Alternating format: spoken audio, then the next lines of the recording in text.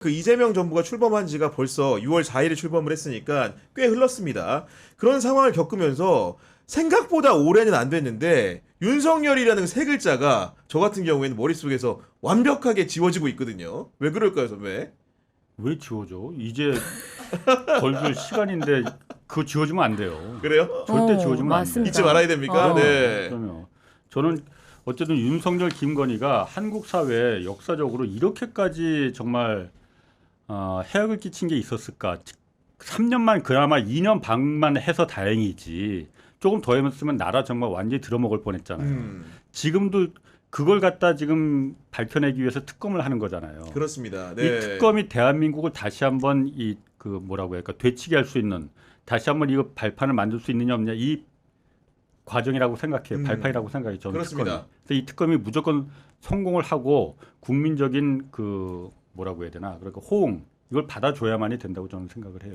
제가 말씀드린 측면은 뭐였냐면은 아. 일하는 대통령의 모습을 보다 보니까 그런 그 면에서? 대통령이 지위에 있는 사람으로서 윤석열이 뭔가 머릿속에서 완벽하게 좀 잊혀졌다 이런 말씀을 드린 건데 기추아님도 이제 언론을 통해서 전해지는 내용이나 실제로 그의 모습을 보면서 그런 생각 조금 드시는 건 맞죠? 그렇게 긍정적인 의미로 사라지는 거는 사실 맞아요. 왜냐하면 생각해보면 2주밖에 안 됐거든요. 그러니까, 대통령 네. 뽑힌 게. 믿을 수가 없는 느낌인데 저는 사실 의도적으로 사라지게 만들려고 하는 건 느낌도 많이 받았습니다. 왜냐하면 마치 언론만 보다 보면요. 그 윤석열이 임기를 제대로 마치고 끝낸 대통령처럼 느껴질 때가 있어요. 거기에 대한 비판이나 어떤 그런 시각이 많이 보이지 않는다고 해야 될까요? 그리고 조중동 그 사설 이제 칼럼이나 이런 걸 쭉쭉 보다 보면 마치 아직 2주밖에 안 됐는데 굉장히 강공 드라이브를 걸고 있다. 이런 식의 것이 굉장히 많아요. 너 이렇게 지나치게 하면 안 된다. 너 협치하기로 했지. 너 왜 네가 한 말 안 지키니? 라는 칼럼이나 사설이 굉장히 많단 말입니다. 거기다가 김건희 여사가 우울증,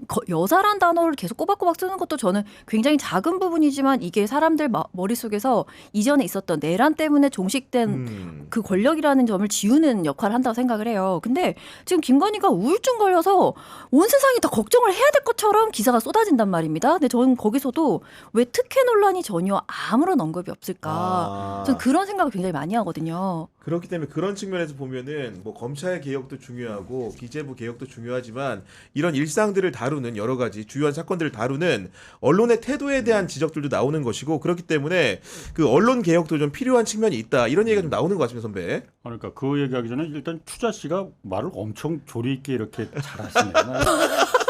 오늘 처음 뵙는데 대단합니다. 조리 있기로는 기추자님만한 분이 없어요. 아니, 겉모습은 네. 이렇게 무시무시하게 무슨 감사합니다. 블랙 요원처럼 이렇게 보이는데 몸으로 보셨지 참.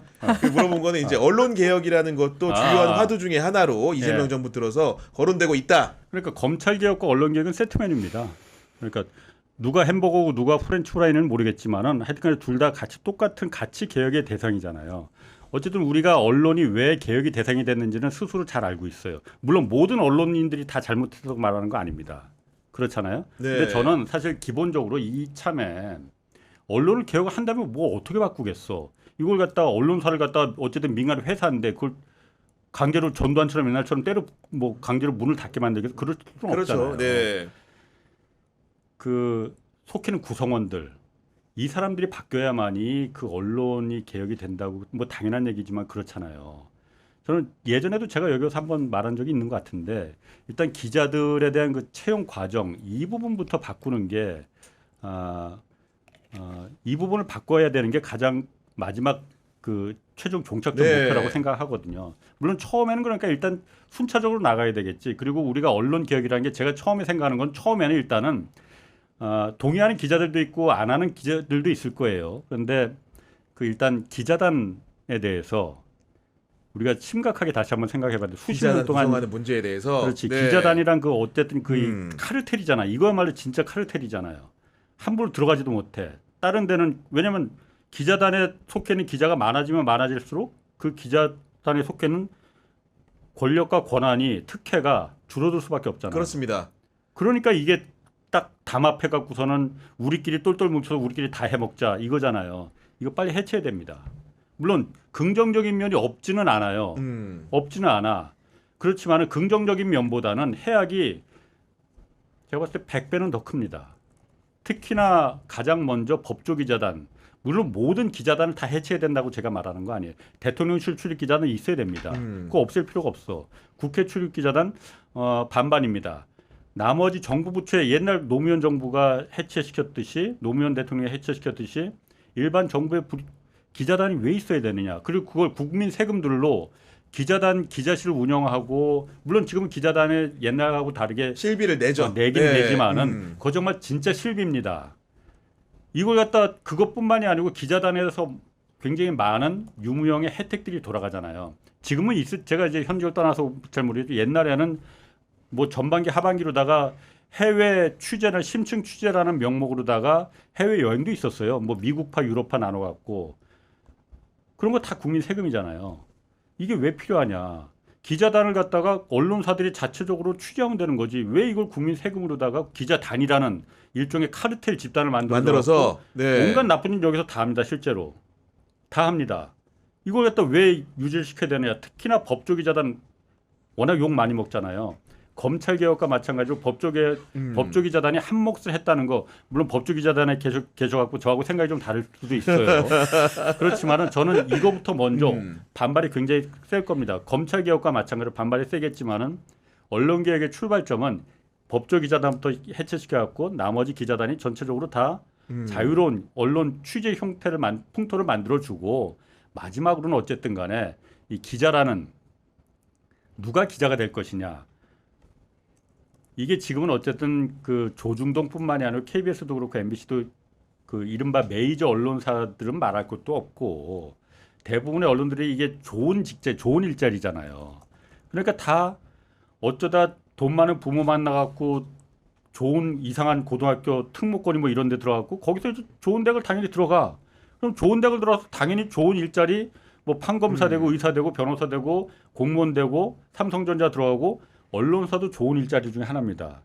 당연히 그 팔아꾼 키드들이 상당 부분 다 언론사에 들어와 있어요. 이러니 사회에 대한 어떤 문제의식이 있겠어. 굳이 언론사 입사 시험이 경향신문 한겨레 마찬가지고 조선일보도 마찬가지고 KBS도 마찬가지고 공영방송도. 그렇죠. 네. 왜 이게 삼성전자하고 크게 다를 바도 없어. 굳이 삼성전자 들어가면 충분할 친구들이 왜 언론사까지 기어 들어오느냐. 그거보다는 조금 더 영어 단어 하나는 조금 더 덜 모르더라도 사회에 대해서 얼마나 이 친구가 문제의식이 있냐 이걸 갖다 해야만이 진짜 언론이 제대로 만들어질 수가 있다고 저는 믿어요. 그렇게. 그러니까 정말로 어떻게 보면은 채용의 문제까지 이제 어떻게 말씀해 주셨는데 여하간 이제 이재명 정부의 문제로 돌아와가지고 지금 언론 환경이라는 것이 어떻게 바뀌고 있는가를 좀 차차히 살펴보면은 일단은 그 해외 순방을 갔습니다. 그리고 어떤 모습을 목도했냐? 이재명 대통령이 기내에서 간담회를 이룩한 지 얼마 안 돼서 바로 여는 모습을 보여줬고 그것이 과거의 윤석열과 다르게 브리핑 때를 놓고 기자들하고 질문을 격이 없이 했습니다. 그런 모습은 좀 어떻게 보셨습니까? 그냥 사실 거기에 굉장히 놀랐습니다. 근데 놀라는 저를 보면서 또 놀랐는데요. 사실 모름지기 대통령을 원래 그렇게 하는 게 맞는 거잖아요. 그런데 생각해보니까 우리가 그 약 3년 전에 보면 맥주 한잔 하시고 쉬시라고. 아, 이렇게 하는 모습. 그리고 나는 축구를 봤다. 이렇게 이야기하는 모습에 진짜 어떻게 저럴 수가 있지라고 생각했는데 그거를 너무 저도 모르게 젖어들었었나 봐요. 다시 이재명 대통령이 하는 모습이 당연한 건데도 그게 너무 기쁜 거죠. 네. 그래서 우리가 그 3년을 굉장히 진짜 말도 안 되는 정권을 버텨왔다는 생각이 많이 들었고요. 그리고 그 당시에 제가 굉장히 그 당시에도 충격받았던 게 뭐였냐면 김건희 당시에 김건희 여사의 등장 이러자 뭐 소리치는 기자 뭐 이런 쇼츠가 YTN에 나왔었습니다. 그 지금도 찾아 나와요. 저는 그때도 굉장히 화가 났던 게 사실 반가울 수 있고, 김건희다 할 수 있죠. 하지만 그 비행기에 있던 기자들이 소리를 지르면서 여사님 이렇게 하는 게 맞나? 라는 생각이 그 당시에도 들었었거든요. 그런데 이번에는 그런 모습 안 보이더라고요. 조금 성장했다. 칭찬드립니다. 그리고 이제 윤석열이라는 사람이 취재진하고 이제 여러 가지 나눈 대화 중에서 보면은 예를 들면 이런 게 있어요. 맥주도 한잔 하셨냐? 그런 대화를 들었을 때는 가벼운 대화로 느낄 수도 있지만 실제로 이제 윤석열에게 기자란 어떤 존재인가? 그래서 그런 질문을 던진 것인가라는 생각을 한참 지나서 좀 하게 되거든요. 권력자에게. 권력자의 기자는 어떻게 보면 굉장히 무섭고 어떻게 보면은 그 고귀하진 않지만 자기에 대한 위협의식을 느끼는 사람이어야 되는데 기자들이 그런 송곳 같은 존재가 아니기 때문에 그런 반응이 나오지 않았을까 생각도 해봤거든요. 그러니까 윤석열한테 기자라는 거는 그냥 그 윤 씨가 집에서 그 키우던 그 토리 있잖아요. 그거 크게 차이 없어. 그리고 실제로 기자들도 물론 모든 기자가 다 그렇다는 거 절대 아닙니다. 그렇습니다. 네. 일단 거기 그 대통령실에 출입했던 그리고 거기서 그 잔디마당에서 무슨 뭐 김치찌개하고 계란말이 만들어 그거 받아 먹던 토리나 뭐가 다를 게 있느냐. 저라면은 만약 제가 그 대통령 출입 기자였다면은 그 당시 얼마나 많은 물어볼 게 많았어요. 그리고 직접 물어볼 게 얼마나 많아. 대통령을 윤석열을 갖다 그렇게 가까이서 볼 수 있는 거잖아요. 그렇죠. 얼마나 네. 좋은 기회야. 물어봐야지. 명태균 했다는데 그거 맞느냐. 김건희 지금 뭐 양평부터 시작해서 뭐 그 도이치 뭐 이런 거 어떻게 됐느냐. 알았느냐 몰랐느냐. 계란말이 받으면서 그걸 물어보면 되잖아. 왜 못 물어봐 그거를. 궁금하지 않다는 거예요. 못 물어보겠다는 거지. 왜냐 토리니까. 그렇게 제 말이 과하다고 생각될 수도 있어요. 과하게 느껴지는 분들도 있을 거예요. 그렇지만은 저라면은 저는 좀 튀는 거 좋아해갖고 오히려 물어봤을 것 같아요. 그러면 거기서 막 화제가 될 거 아니야, 막 그러면은 야 방송에 나오고 우리 홍사훈 기자 대단하다 뭐 이런. 네. 뭐 저런 또라이가 다 있냐 뭐 이렇게 하지만은 그러니까 그게 정말 기자들이 우리가 그 똘끼라고 하잖아요. 그런 똘끼가 진짜 필요하거든요. 아니 왜냐면은 그런 이제 권력의 푸들이란 조롱이 당연하게 느낄 수밖에 없는 게 윤석열과 언론의 관계라는 게 건전한 긴장 관계였던 적이 거의 없고 실제로 보면 2022년 11월 9일 동남아시아 순방 직전에 MBC라는 특정 언론사를 전용기에 못하게 만듭니다. 아, 너무 맞는 네. 말씀이시고 아까 방금 말씀 주신 것 중에 하나만 더 추가하고 싶은 게 있는데요. 토리는 귀엽습니다. 근데 기자분들은 귀엽지 않아요. 근데 첫 번째. 두 번째는요. 저는 이거 진짜 방점을 찍고 싶은데 토리는 그냥 귀여운 존재지만 우리 대중들 앞에서 의시되지 않아요. 근데 기자분들은 다 그런 거 절대 아닙니다. 일부 기자분들은 대중들을 굉장히 얕잡아보고 의시되는 경향이 있어요. 내가 기자고 야 네가 나보다 많이 알아? 이런 느낌이 항상 있어요. 많이 알고 그러면 그 권력 가까이 가는 그런 직업군이면 당신들이 대중들이 원하는 거, 궁금한 것을 직접 물어봐 줘야죠. 그런 직군이잖아요. 그런 일을 하지 않으면서 의시되기만 하는 토리는 토리라고 볼 수 없죠. 귀엽지도 않으니까요. 그래서 그 얘기를 꼭 말씀드리고 싶었고 아까 말씀 주신 것처럼 계란말이랑 김치찌개 먹으러 갔을 때도 저는 너무 황당했던 게 진짜 질문이나 다운 질문이 하나가 안 나왔었어요. 요즘 힘들지 않으세요? 이런 질문을 하더라고요. 다 힘들어요. 대한민국 사람들 다 힘들어요 지금 그 당시에. 그리고 또 하나 더 그날 그 받고 있는 음식 받고 있는 사진 다 찍혔고요. 그다음에 마지막에 이런 사진 다 찍혔습니다. 그때도 제가 이 사람 누구고 다 적어놨었어요. 기록을 해놔야겠다. 근데 저는 너무 황당했던 게 이번에 카메라 4대를 설치하면 얼굴이 드러나게 된다. 그러면 인권 침해의 우려도 있고 쇼츠 등으로 얼굴이 이렇게 막 딥페이크도 되고 뭐 여러 가지 우려가 된다라는 거를 한국일보였나요? 어딘가 실려 있더라고요. 전 너무 황당한 거예요. 정말 그런가요? 그때 이렇게 할 때 그때는 걱정이 안 됐어요? 그때 영상도 있었고 사진도 있었는데요. 그래서 저는 좀 이게 앞뒤가 맞나 이런 말씀을 꼭 드리고 싶었고 혹시라도 제가 이런 말을 하는 거를 기자분들이 한번 보신다면 조금이라도 반성하는 그런 실마리가 되면 너무 좋겠다. 물론 후일담을 들어보니까 당시 이제 사진을 같이 함께 찍었던 기자들도 심적으로는 괴로웠다는 사후적인 듣기 호소를 싫어요. 하기는 하던데. 안 들어. 그러니까 여하간 저는 그런 겁니다. 아까 이제 기수사님의 말씀이 맞는 게 실제로 윤석열 정부의 집권 기간 동안에 언론을 정말로 취재하는 언론을 인정해 준 적이 별로 없어요. 아까 말한 것처럼 자신을 향한 비판의 그 송곳이나 메스를 대는 언론을 상대로는 불이익을 주기가 바빴고 예를 들면 MBC 같은 경우에는 전용기를 못하는 사례도 있었고 예를 들면 뉴스토마토나 미디어 오늘은 정권과 관련된 보도를 했다는 이유로 출입을 못하기도 했거든요. 이런 권력이 민주화 이후에 있었는가 이런 근본 물음은 분명히 있습니다. 기자들 자체도 그런 부분에 대해서 당연히 그러니까 그 불이익을 주면은 MBC 전용기에도 못하고 아까 말한 대로 출입 미디어나 출입을 못하게 하면 그러니까요. 네. 최소한 기자라는 그 동지의식은 있어야 될 거 아니에요. 옛날에는 우리 그런 거 있잖아요. 생각이 서로 그러니까 어떤 정치적인 생각이 다르다 하더라도 우리는 같은 기자다. 왜냐하면 언론사에서는 부장한테 제가 그게 가장 좋았었거든.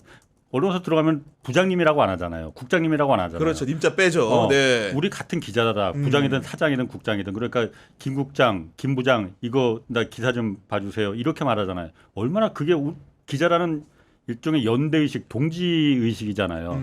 그런 것조차도 지금은 없어져 버렸어. 빠진다 전용기 안 태운다는데 함구하고 있잖아요. 입 앞 꽉 다물고 있잖아요. 다 같이 안 탔어야지. 예를 들면. 네. 그렇지. 그랬어야 돼요. 그래야만이 다음 순서가 내가 될 줄 어떻게 알겠어. 안 탔어야 되고 지난번에 내 또 한 번 참 이 정도구나 했던 게 그 국회에서 그 뉴스타파 기자가 그 권성동한테 손목 그렇습니다. 끌려고 간 거 있었잖아요. 네. 주변에 기자들 있었습니다. 국회에 얼마나 많은 출입 기자들이 있어. 어느 한 명도 그거 말리지 그 항의를 하거나 하지도 않았어. 그리고 더군다나 기자협회에서도 성명서가 그때 하나 딸랑 나오긴 나왔었어요. 문제 삼지 않았습니다. 그건 굉장히 폭력이었잖아요. 더군다나 그 뉴스타파 기자 여기자 막 질질 끌려가는 거 우리 봤잖아요. 네네네. 그걸 어떻게 가만히 놔둬? 가만히 있잖아요. 그런데 그러니까는 그 권력자들이 윤석열도 마찬가지로 그렇게 대할 수밖에 없었던 거예요. 그리고 제 말난 김에 사실 뭐 이런 얘기하면 자꾸 제가 뭐 꼰대라는 얘기 하지만은 우리 뭐 옛날 얘기하면 그렇지만은 제가 그러니까 과거에 제가 91년도에 KBS에 입사해서 그때 하고 하여튼 90년대 KBS 하고 어쨌든 다른 언론사에는 저는 없었으니까 지금 뉴스공장 말고는 그때 당시에 KBS하고 2000년대 이후 최근에 요즘에 KBS하고 뉴스룸을 보면은 정말 엄청 달라졌거든요.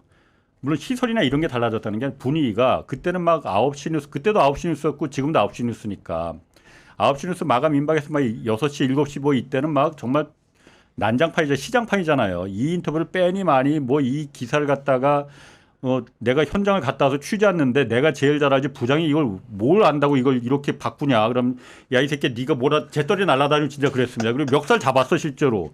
그럼 막 싸움 나면 그 파티션 넘어서 야 저기 또 싸움 났다고 다 뒤져보고 막 야 박수 치고 야 이겨라 우리 편 이겨라 아무나 이겨라 막 이렇게 그때 그게 다 추억이었거든요. 그리고 기자 사회는 이래야 되는 거다라고 했었거든요. 그때 부장 멱살도 잡고 부장 책상도 몇 번 나도 걷어찼어. 그 기자님만 그러신 거 아니에요? 아니 어쨌든 그래서 끝나고 뉴스 끝나고 나면 다 같이 어울려서 야 막걸리나 한잔 하러 가자. 다 그게 기자 사회였거든요. 생각은 다르더라도 그런 연대의식과 동지와 어떤 기자들만의 문화 이런 게 있었는데 최근에는 뭐 다른 언론사 어떤지 모르겠는데 마찬가지일 거라고 생각해요. 마감 임박해서 9시 뉴스 시작 직전까지도 조용합니다. 뉴스룸이. 조용해. 막 연필 하나 이거 뚝 떨어지면 막 깜짝깜짝 놀래. 막 화들짝. 그리고 기사 뭐 부장이 바꾸고 데스크 바꾸고 그러면은 물론 반발하고 그 부분에 대해서 문제를 삼는 기자들도 없지 않아 있습니다. 그렇지만 옛날보다 훨씬 덜하지. 그리고 대부분 그냥 다 수긍하고 알겠습니다. 우선 가서 읽어. 대신 카톡방은 단톡방은 굉장히 시끄럽지만. 그렇죠. 네. 카톡방은 누가 부장 마취총 좀 쏴라 막 또 저거 또 지랄한다 막 잔뜩 나오지. 밖으로 그걸 갖다 왜 제가 아까 처음에 말했던 거하고 마찬가지예요. 이 어렸을 때부터 부족한 거 없이 자랐던 파라군 키드들이 험한 세상을 경험하지 못했으니 물론 저만의 생각일 수 있어요. 이게 네. 그렇지. 그러다 보니까는 그런 친구들이 이제 기자로 부족한 거 없이 온실 속에서 자랐던 친구들이 이제 젊은 친구들이 기자로 들어오다 보니까는 그런 어떤 뭐 객기라고 해야 되나 어떤 이런 부분이 좀 부족한 거 아닌가. 그러니까요. 네. 나 그 생각은 좀 들어요 결국은 이제 개인적으로. 권력을 향해서 제대로 싸우는 법을 익혀야 되는데 네. 그렇게 훈련이 안 되는 경우 기자 생활을 하면서 그런 부분들이 많다 보니까 결국 권력을 가진 사람은 얼마든지 기자들을 언론을 이용할 수 있는 상대라는 인식을 하게 되는 것 같고 실제 저는 개인적으로 어떤 장면에서 그걸 느꼈냐면은 윤석열이 대통령이라는 배지를 떼고 법정에 갈 때 기자들이 물어보면 답을 합니까? 안 하잖아요. 그렇죠. 그런 사람입니다. 윤석열이 원래. 그런 윤석열을 상대로 얼마나 완온하게 기자들이 대했던가라는 반성을 하지 않을 수 없다는 거죠. 아, 근데 말씀을 듣다가 지금 좀 느껴지는 게 그렇게 말을 할 수 있는 분들은 이제 플랫폼이 워낙 다양해지니까 그냥 다른 플랫폼으로 나가버린 게 아닌가. 그래서 더욱더 그 온순한 그 집단이 더 이렇게 둥글둥글해지는 게 아닌가 그런 생각이 좀 들었고 방금 말씀 주시니까 그런 것 같다는 생각도 좀 드는 게요. 제가 너무 황당했던 게 이건 조선일보였었는데 그때 경제가 되게 어렵다는 이야기를 쓰기 위해서 갖고 왔던 예시가 뭐였냐면 골프장에 가면 그늘집이라고 뭐 사 먹는 데가 있는데 그 그늘집에 만두값이 너무 올랐다고 글을 쓴 거예요. 그게 뭐 도대체 얼마나 많은 국민들이 여기에 동의를 할까요? 그 기사 있었어. 나도 그거 기억해요. 그때 저는 굉장히 와 이렇게까지 괴리됐단 말인가라는 생각이 들더라고요. 그러니까 의식적으로 자신이 골프를 치고 그게 굉장히 만두값 너무 올랐어라고 생각하더라도 이게 보통의 사람들은 공유하지 못하는 정서일 수 있다라는 헤아림조차 없을 수 있다. 왜? 내 주위에는 다 그것 때문에 걱정하고 있으니까. 그런 생각이 좀 들어서 이제는 정말 기자가 되는 그 군 자체가 좀 다른가 보다. 조금 더 살만한 사람들에서 기자가 많이 되는 게 아닌가 이런 생각이 좀 많이 들었습니다. 그래서 요즘에는 버스나 대중교통 가격이 많이 올랐다는 기사가 예전만큼 나오지 않는다 그러더라고요. 데이터상. 체감할 수 있는 사람들이 언론에 종사하지 않기 때문에 그런 부분들이 있다. 네, 그렇습니다. 뭐 충분히 가능한 얘기로 들리기도 하는데 여하간 그러면 이런 그 조건들을 말 그대로 바꾸기 위해서는 어떤 일을 해야 될까 생각을 좀 해보게 되는데 물론 이제 홍사훈 선배 같은 경우에는 언론에 워낙 오래 복무하셨기 때문에 그런 대안 정도를 좀 생각을 해보셨을 것도 같은데 좀 어떤 아이디어가 있습니까 혹시? 그러니까 아까 말한 대로 일단 채용 방식을 저는 바꿔야 된다고 생각하고 일반 조선일보나 민간 언론사들을 갖다가 바꾸라고 강제로 바꾸라고 하면 그건 공산당이지 바꿀 수 없습니다. 그건 자연적으로 따라가게끔 만들어주는 풍토를 조성해야 되는데 우리나라는 어쨌든 공영방송이라는 공영언론이라는 체제가 있잖아요. KBS, MBC 물론 MBC도 공영방송입니다. 네. 그 KBS는 완전한 공영방송이고 그렇죠. 여기 큰 형님이야. 지금은 완전히 그냥 빙다리 핫바지라는 이런 표현을 써도 되는 모르겠지만 그런 상태가 돼버렸지만은 거기가 모범을 보여주고 여기가 끌고 나가면 되는 거예요. 그러니까 사실 처음에 박근혜 그 탄핵 그 즈음에서 어쨌든 그 이제 정권이 바뀌고 문재인 정부로 바뀌고 KBS도 그때 한참 한 1년 가까이 이제 있다 6개월 지나서 이제 그 KBS도 사장도 바뀌고 우리가 생각하는 그 정상적인 언론사로 다시 들어갔잖아요. 그때 저도 그때 물론 파업에 참여하면서 우리가 계속 뉴스를 어떻게 바꿀 거냐. 우리가 옛날 지금까지의 그 백화점식 막 KBS만 보면은 오늘 하루 동안은 전국에서 일어났던 그 모든 사안을 다 알 수 있다. 우리가 다 이걸 책임진다. 그거 정말 철저한 착각이었거든요. 매일매일 실시간으로 네이버나 다음에서 언론사 포털에서 매일매일 전해주는데 그걸 어떻게 저녁 9시까지 그렇죠. 네. 그건 보지도 않아 사람들이. 그러니 그때 JTBC가 막 그거로다가 떴잖아요. JTBC는 뉴스 꼭지가 여러 개 그때는 많지도 않았어요. 요즘은 JTBC도 막 백화점 뉴스가 돼버렸지만은 그나마 JTBC나 뭐 이런 데가 조금 더 심층적으로 들어가지만은 하루에 뉴스 꼭지를 갖다 대폭 줄이자. 9시 뉴스가 막 30개 리포트가 있으면은 그거 한 10개만으로 줄이자. 네. 그래야만이 기자들이 취재할 수 있는 시간을 주는 거 아니야. 그리고 시간을 충분히 주자. 보도할 시간을. 뉴스 하나에 대해서 10분, 20분을 주더라도 그래야만이 우리가 뉴스가 살 수 있다. 그리고 우리가 출입처에서 일단 그때 출입처 먼저 나오자. 특히 법조. 우리가 나오면 다 따라 나온다. 그럼 자연적으로 해체된다. 그러니까 우리가 먼저 나오자. 그거 했으면은 KBS가 정말 그때 국민들한테 이렇게까지 막 그 외면받지 않았을 것 같아요. 물론 제가 KBS만 특화해서 이렇게 말하는 게 좀 그렇지만 어쨌든 제가 경험해 본 건 KBS밖에 없으니까. 그렇죠. 네. 근데 그걸 결국은 못했어. 처음에 좀 하려고 하다가 우리도 뉴스를 그래서 우리가 심층 뉴스 그리고 기자가 자기 스토리텔링 이렇게 해서 지가 진짜 취재한 걸 요즘 유튜브에서 하듯이 그렇게 말하듯이 이제 뉴스를 갖다 취재한 걸 진짜 말하자 했는데 일단 방송 기자가 왜 이렇게 말 못하는 방송 기자들이 많은지 모르겠어. 하여튼 그러니까 원고가 없으면 그냥 원고가 그냥 했으니 다까지 다 있어야만 이걸 줄줄줄 읽는 거야. 이러니 누가 보겠냐고 이 뉴스를. 어쨌든 그런데 그렇다도 그 훈련이 필요한 거잖아요. 네. 이걸 힘들더라도 처음에 좀 곤란을 겪더라도 이걸 좀 밀고 나갔었어야 되는데 조금 하다 보니까 시청률 막 뚝뚝 떨어지고 그러니까 그걸 못 기다리는 거지. 예. 그러니까 야 옛날로 다시 돌아가 버렸거든요. 지금처럼 똑같이 옛날처럼 우리가 해준 모든 한국의 대한민국의 모든 뉴스를 우리만 보면 다 돼. 아무도 안 보는데 이런 식으로 돌아가 버리니까는 안 돼 버린 거예요. 그래서 앞으로라도 저는 언론이 지금 어쨌든 유튜브가 언론이냐 이게 언론이 아니야 그 경계선 아주 애매모호하잖아요. 저는 이게 대한 언론 뭐 제가 이 바닥에 지금 몸을 담고 있어서 그러는 게 아니고 이미 사람들이 여기를 갖다 언론이라고 여기기 시작했어. 인식하고 있죠. 그리고 네. 기존의 매체보다도 훨씬 더 신뢰하는 양쪽이 물론 이렇게 철저하게 갈려서 그렇지만은 그런 언론을 신뢰하기 시작했거든요.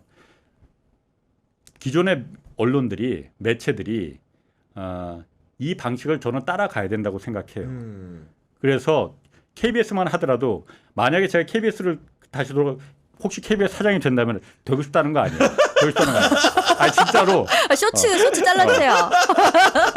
왜냐면 일단 제가 네. 생각하는 게 제가 KBS에 오래 있었으니까 편성이 중요하거든요. 방송사에는 편성을 갖다 그 인력들이 어떻게 이 일을 하느냐. 그냥 딱 시간대 1시간마다 잘라갖고선 여기는 동물의 한국, 여기는 뭐 9시 뉴스, 여기는 시사교양 프로, 여기는 오락 프로, 예능 프로 이거만 줄만 긋고 있어. 이게 무슨 편성이야. 그게 아니고 편성을 확 늘려갖고 사람들이 보고 싶은 거 오늘 뉴스가 많아? 그러면 뉴스는 오늘 2시간 반 하자. 나머지 편성을 확 줄여버리고 드라마도 줄일 수 있어요. 예능 줄일 수 있어. 만약 뉴스가 없다 볼만한 게 어거지로 막 뉴스 짜내지 마라. 편성해서 그걸 해줘야 되는 거거든요. 그럼 뉴스 20분만 하자 오늘은. 나머지를 그럼 더 늘리자. 물론 어렵겠지만은 그렇게 해줘야만이 언론으로서 공영방송으로서 언론의 역할을 제대로 할 수가 있는 거고 그렇게 되면은 하나가 큰형이 따라가면은 모범을 보이면은 시간은 걸리겠지만 따라가게 돼 있어. 그게 잘 되면은 사람들한테 잘 될 수 있을 거 아니에요. 처음엔 힘들지만은 뭐 그렇게 생각해요. 이거 내가 사장 되려고 자꾸 이런 말 한다는 거 같아. 나 이거 오해가 될 거 아니에요.